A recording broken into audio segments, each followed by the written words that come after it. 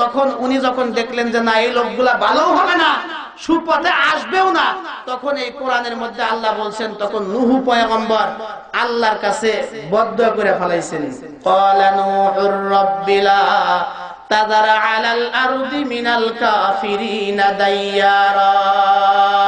আল্লাহু আকবার বলেন। ও আল্লাহ তাআলা, আমার উম্মতের ভিতরে আমি একদিন নয়, 2 দিন নয়, 1 সপ্তাহ না, 2 সপ্তাহ না, 1 মাস না, 2 মাস নয়, 1 বছর না, 2 বছর নয়, 100-200 বছর নয়, দীর্ঘ 950 বছর আমি প্রচেষ্টা করেছি লোকগুলাকে সুপথে আনার জন্য, ইহদিনাস সিরাতাল মুস্তাকিমের উপর আনার জন্য আমি 950 বছর চেষ্টা করলাম। এই লোকগুলা যখন এখনো পর্যন্ত তোমার রাস্তার উপর আসলো না, ঈমান গ্রহণ করলো না, ওগো আল্লাহ তুমি এই লোকগুলাকে ধ্বংস করো, শুধু ধ্বংসই করো না, আলাল কাফিরিনা দাইয়ারা, এই লোকগুলার ঘর বাড়িগুলা তুমি ধ্বংস করে দাও। আল্লাহ পাক নূহ পয়গম্বরের বদদুয়া যখন কবুল করলেন, আর পয়গম্বর যখন আল্লাহর দরবারে হাত তুলেন, নবীদের বদদুয়া আল্লাহ পাক একটাও ফেরত দেন না। জোরে বলেন সুবহানাল্লাহ। যেই মাত্র নূহ পয়গম্বর আল্লাহর কাছে বদদুয়া করলেন, আল্লাহ আমার উম্মতের সমস্ত ঘর বাড়ি সহ ঘরের যত লোকজন আছে, অধিবাসী আছে, সবাইকে তুমি ধ্বংস করে দাও।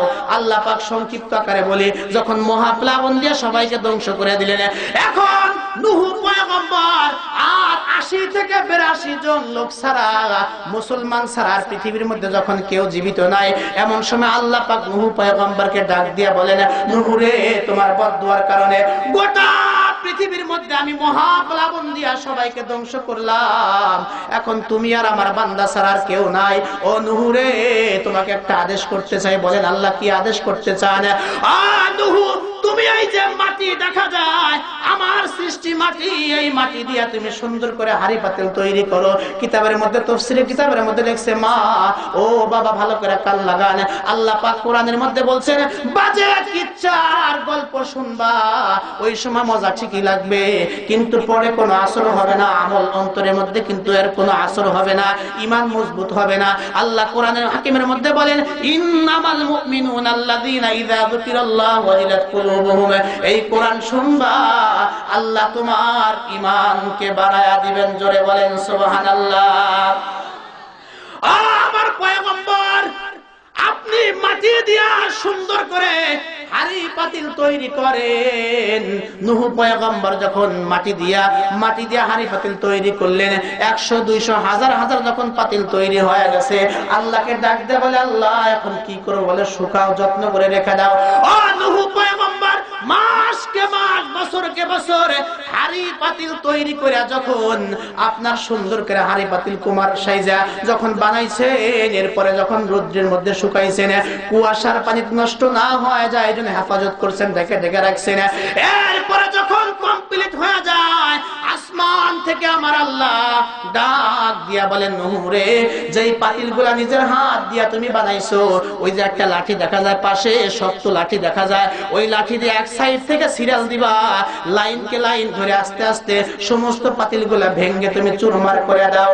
এবার নূহ পয়গম্বর যদিও মন চায় না, কেন নিজের হাত দিয়ে সুন্দর করে বানাইলাম, আবার কেন আমি ভাঙবো, এটা তো আমার বুঝে আসে না। কিন্তু বলেন তো দেখি, আল্লাহ যদি হুকুম করে, ওখানে কি মানুষের কোনো প্রশ্ন চলে? আরো জোরে বলেন।